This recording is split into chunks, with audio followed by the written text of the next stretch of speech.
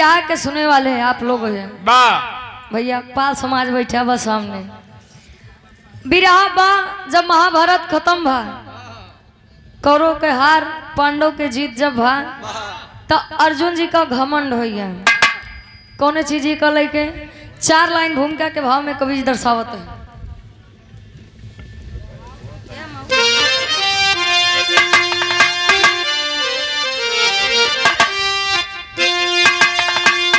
दंभ के वृक्ष से नाश पलता सदा, दंभिक स्थिति डुबाती है मझधार में। ज्ञान विज्ञान में दंभ बाधक बना, दंभ की वो झलकती है संस्कार में। दंभ की जाल में राजा रावण फंसा, ना बचा कोई तर्पण जो पुरखों को देता।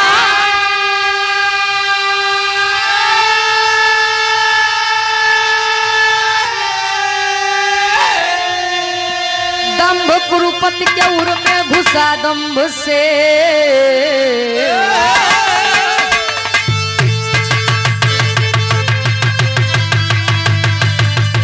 बचा कोई अंश जो पुरखों को देता।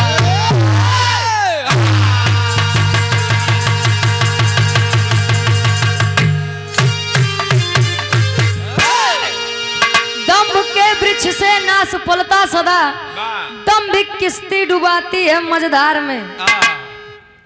कागबा भैया अगर जकरे अंदर अहंकार आई जाए, घमंड आई जाए कि जवन नहीं बस हम ही आई, हमरे आगे केहू नहीं बा, तो जान लो कर विनाश चालू बा।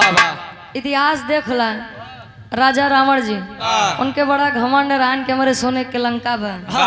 हमका क्यों मारी नहीं सकत, लेकिन कहा थे केहू के तनाव खास होए, लेकिन ओकर आपन कबो भेद न बतावे चाहिए। पहले के समय में भय हरा होता रहे, भय को हरने वाला भय हरा। आजकल भय करा होता है, भय को पैदा करने वाला। ये आज धीरे धीरे समय बदला जात बा। जब यार अर्जुन जी का घमंड बा कि हमसे बढ़ के धनुधरधारी ए पूरे महाभारत में क्यों नहीं रहन। बतावा हम कर्ण जैसे, भीष्म पितामह जैसे धनुधरधारी का हराए दे तो हमसे बड़ा वीर के बा लोगन का तो हमार बाह पूजे के चाहिए। एक घमंड के ऊपर कवि जी 2 लाइन लिखते हैं गजल के भाव।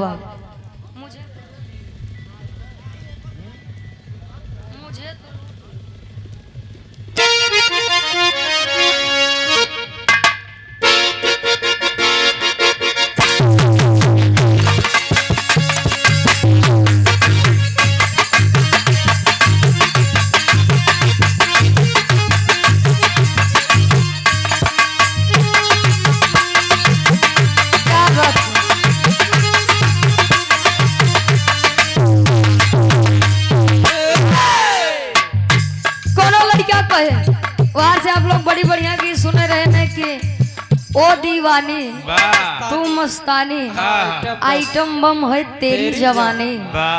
बारे जमाना कहा थे जब जे करे आवत है उम्र, हाँ तो बिना जनवाए मानत नहीं। कोनो लड़का कहा थे कि तिरिया चरित्र दैवो न जाना है, मेरा रू के चरित्र तो भगवानों नहीं समझ पाए। आप लोग तो बहरहाल इंसान है। लड़कों बताओ बका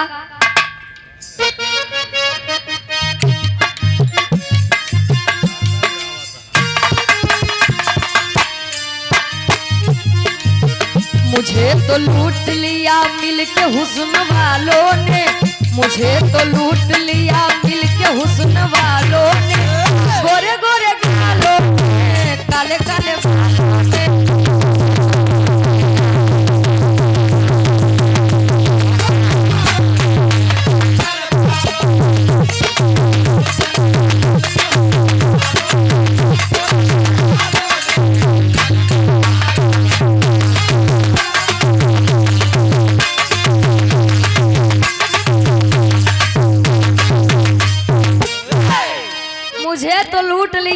के हुस्न वालों ने, गोरे गोरे गालों ने, काले काले बालों ने, वाह। लेकिन भाव में आप लोग गौर करिए, घमंड अहंकार का चीज बा। ये अहंकार चाहिए तो कहाँ से कहाँ पहुँचा सकत है। कभी जी लिखत है इनका, दम्भ की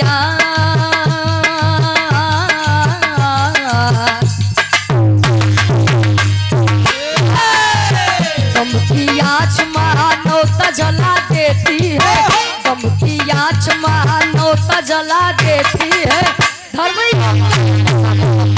बना देती है।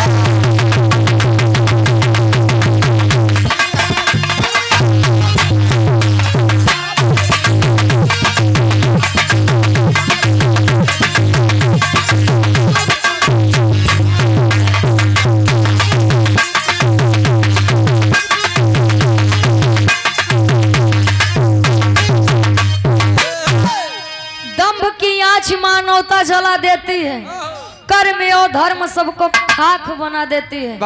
बताया जाता है बाबूजी, बात समझिए कि अहंकार ऐसा चीज बा कि इंसान को इंसानियत भुला देती है। पैसे के अहंकार में, बल के अहंकार में लोग इतने ज्यादा मग्न हो जाते हैं कि आगे के भाइयों नहीं सोचते हैं। कितनो ज्ञान भरा बा, लेकिन अगर अहंकार आई है, राजा रावण बतावा जाते हैं कि अपने समय के सबसे ज्यादा ज्ञानी पंडित रहे, उनसे ज्यादा ज्ञानी पंडित क्यों नहीं रहा। लेकिन अहंकार देखला, अहंकार ऐसा हो कि अपन ज्ञान मान कुल भुलाई गए। यही चीज सीधे अर्जुन जी के साथे होत बा। अर्जुन जी जाय के कहन भगवान कन्हैया से, ए कन्हैया, ए कन्हैया, कहन का बहो, कहन तो स्वयं कुछ कहा ही चाहत है। कहन कहा, कहन सुना बताओ तो कि महाभारत में हमारे हिसाब से का भवा है। इस हमारे विराग के शुरुआत बा कैसे,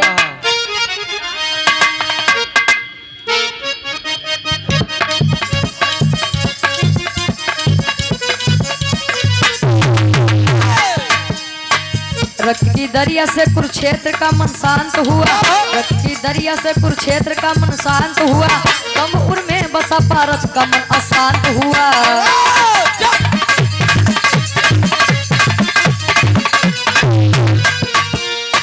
खुलाकर बाह बोले जाके गिरवरधारी से, खुलाकर बाह बोले जाके गिरवरधारी से, कोई ना लड़ सका मुझ जैसे धनुर्धारी से।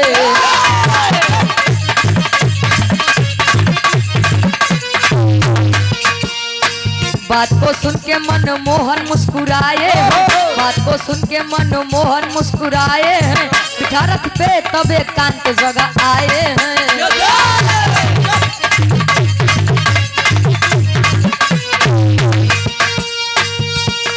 कहेगा न्यू संग रथ की विदा है,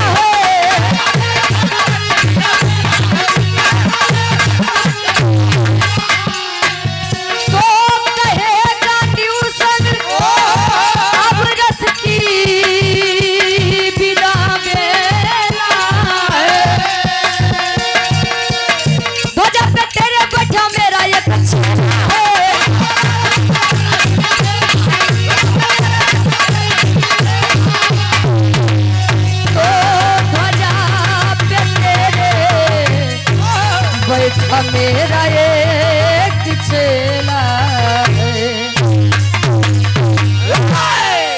कहानी आप लोग ध्यान से समझो, भी आसान पूर्ण विश्वास बा, कहानी शीशा के जैसा साफ हो जाए। महाभारत का युद्ध जब समाप्त हुआ, कौरवों की हार, पांडवों की जीत हुई।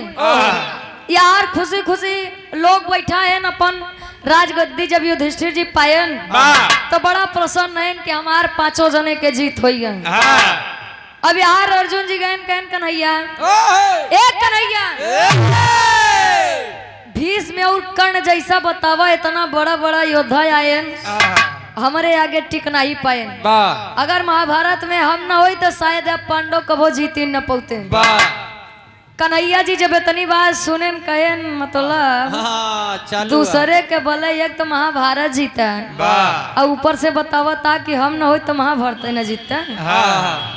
कहन अच्छा अब यार भगवान कन्हैया करें का अर्जुन को बैठाएन रथ पे कहन चला तो का समझावत आए ने कांत जगह कहन महाभारत में जे जे आय राम जे तोहार साथ देश ओकर तो तू विदाई कई दे अबे लेकिन एक जन एक विदाई बची बा कहन के कर कहन तोरे रथ के ऊपर जौन ध्वजा बा ऊपर हमारे एक चेला बैठा बा एक शिष्य बैठा बा कहन कन्हैया पगलाया गोलाई है का बतावा ध्वजा पे केहू बैठ सकत है कहन के अच्छा नमन बका यार भगवान कन्हैया कहन बजरंगी ए बजरंगी स्वामी आज्ञा कीजिए कहें अब तुहार जरूरत बा अब तू बोला से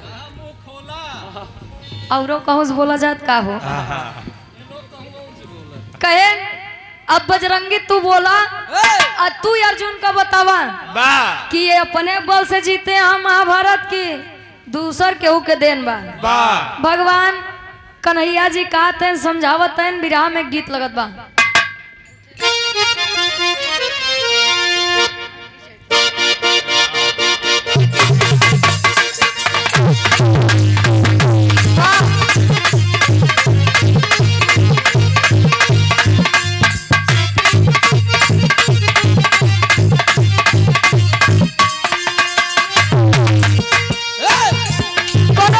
भौजाई अपने ननद से कहे क्या कहे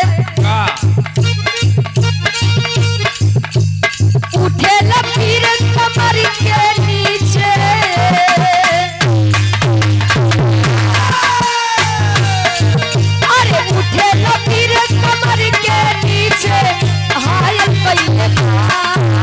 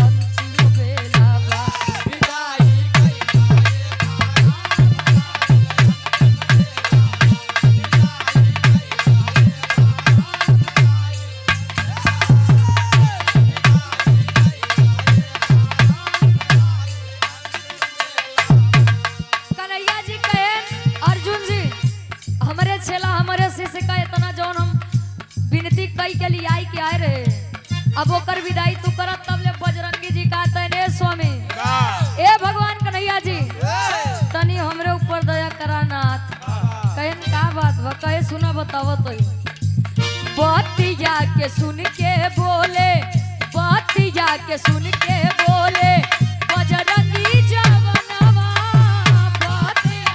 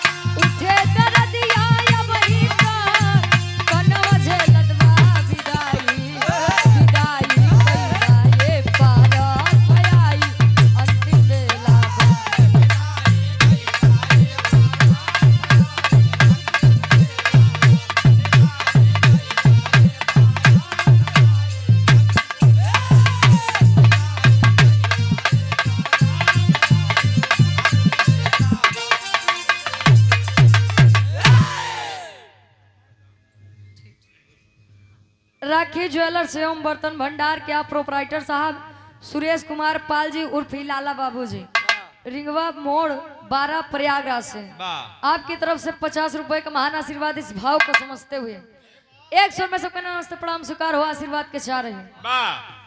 बजरंगी जी कहें स्वामी तनी हमरे ऊपर दया बनाए देता ना, कहें तो का भाई, कहें अरे नाथ जितना बाण चलाए रहन कर्ण जी कुल हमारे शरीर में बेधत बा, सबका तो मुक्ति दिवाई दिया, सबकर छुट्टी हो गया, हमार कब छुट्टी हो? बाण जान लब एकदम हमारे बेधत बा। अब यार अर्जुन जी सोचत है कहो रण में लड़ाई हम करे, बाण पे बाण हम लड़े, उनके बाण का जवाब हम दे, अयन के कहां से बाण पहुंच गया? बजरंगी जी कहन जितना तू उड़त है नहीं आए, जितना उड़त है अगर हम लोग न हो तो इन पता लागत कितना बड़ा वीर है तू।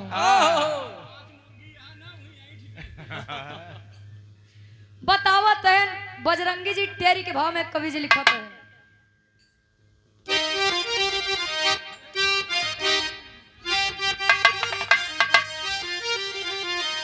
अरे त चलावे रण में कर्ण बनवा, अरे त चलावे रण में कर्ण,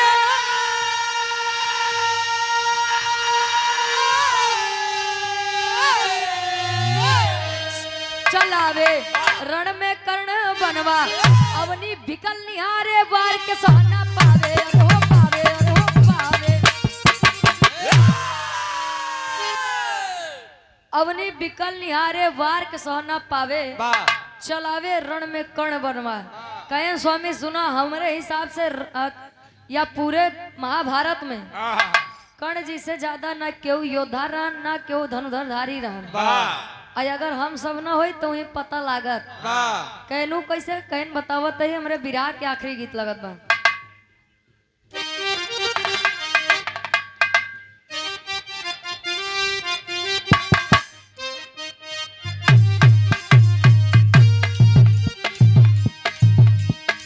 कोनो दुल्ही अपने दुल्हा से कहे ए जी ए हर जगह चला जाए कमाए, हर एक देश में चला जाए, लेकिन वो पूरब देश में न जाया। काहे काहे रे कहे मैं इतना जादूगर नहीं ठहरा थे, केहू जादू मार के तो कब फंसाए ले तो हम कहाँ जावे? दुल्हिया कहे का डूबी मरबे राजा,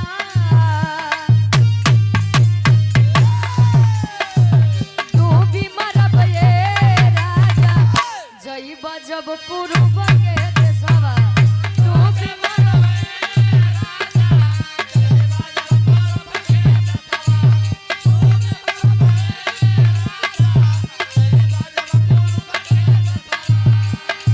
दुल्हावा कहे का दिक्कत बता, दुल्हिया बतावे ओही पूरब देशवा में बसे बंगलिनिया हो,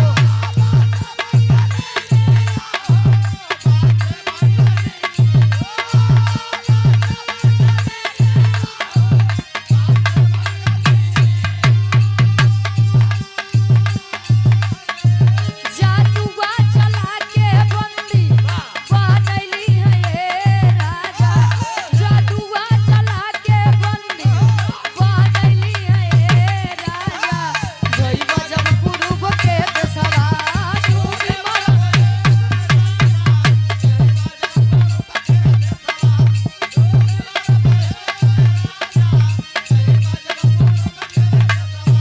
अरे वाह।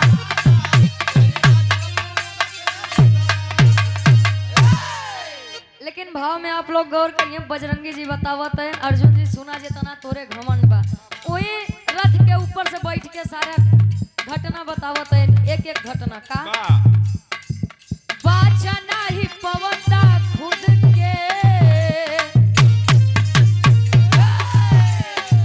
बाचा नहीं पवता खुद के, कर्ण जब चलावे बनवा, बाचा नहीं पवता खुद के,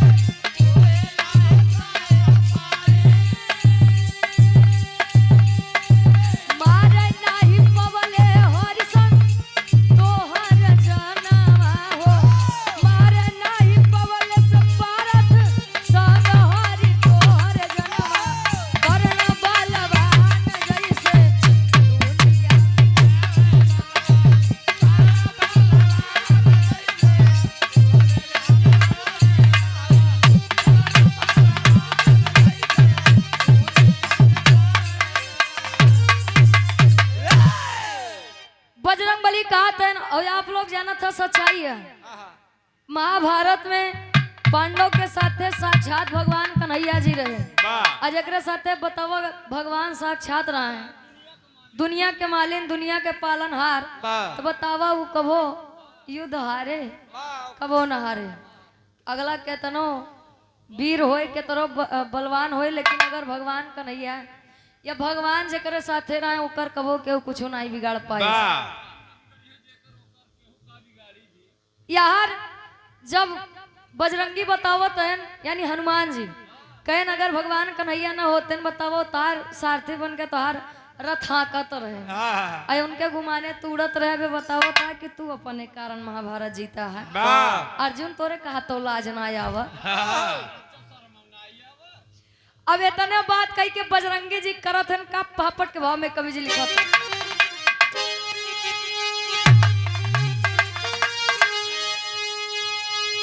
अरे कोई नहीं है वीर कर्ण से बारी गिरिवरधारी हो।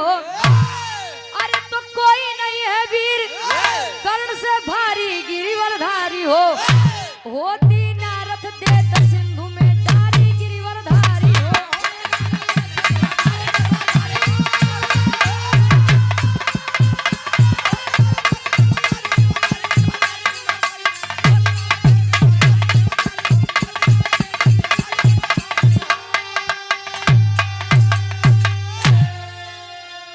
से नीचे कूद के जब बजरंगी गईले आई हो, तो टूट गया रथ पुर्जा पुर्जा धरा पे गा बिथराई हो।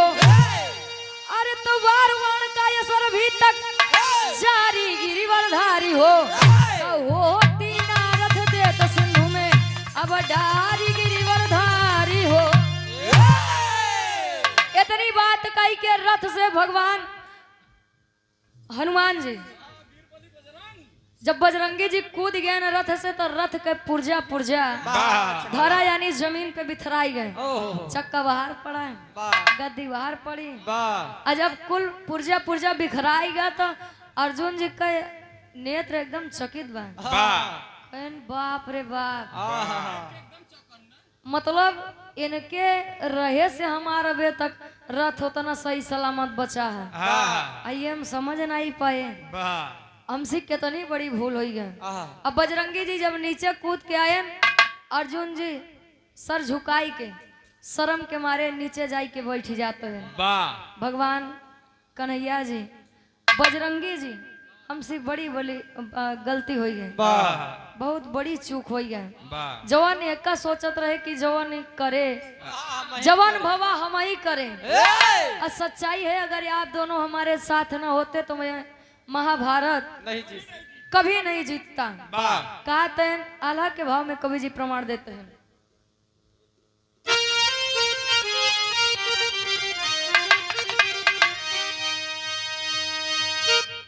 अहंकार दुनिया के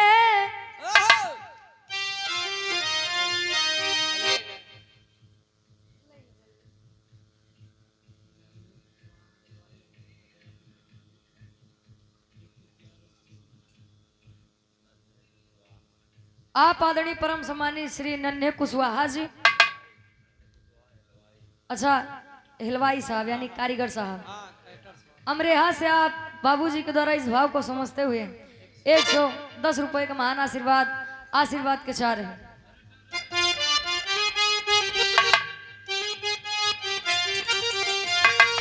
तो अहंकार दुनिया में नाश के मूल भैया,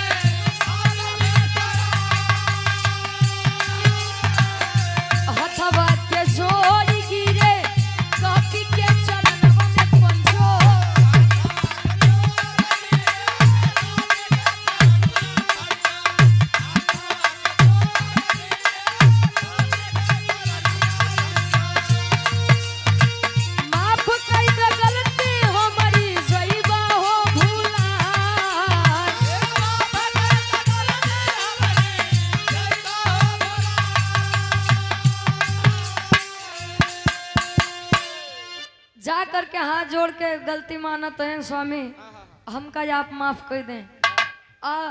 आज के बाद ये घमंड हमरे अंदर नहीं आए कि हम जवन करे अपने बल से करें। सच्चाई यह है कि मैं महाभारत छल से जीता हूँ और उसी छल पर मैं नाच कर रहा हूँ, घमंड कर रहा हूँ। मुझसे ज्यादा अज्ञानी और मूर्ख कौन होगा। सोच रहे हैं, बता रहे हैं, कीर्ति गा रहे हैं बजरंगबली की। खड़ी के भाव में कवि जी लिखते हैं,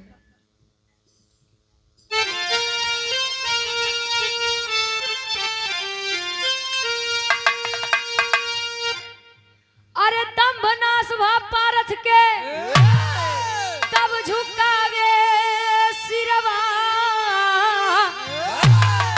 तो दम्भ नाश भा पारथ के तब झुकावे सिरवा, जुग जुग जिया हो बजरंगी माई अंजनी के गिरवा।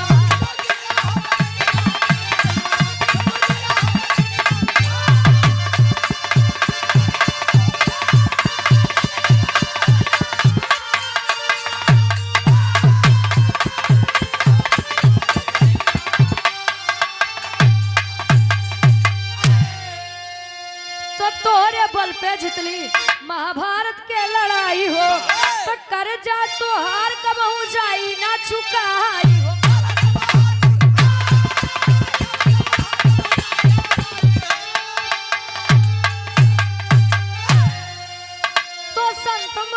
तो शांत मन भइल बा, अब भइल बा धीरवा,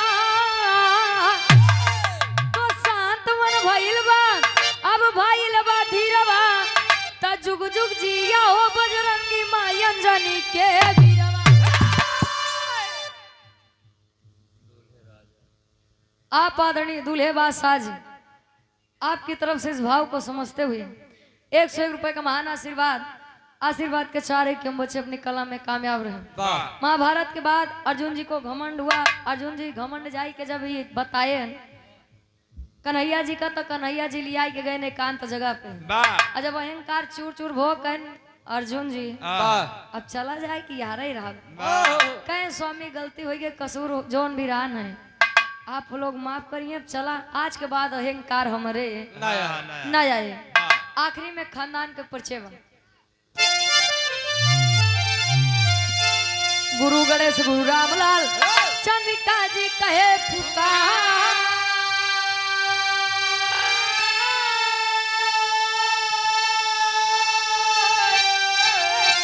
तो कथन करे कवि राधे श्याम सुरेंद्र राम आधार,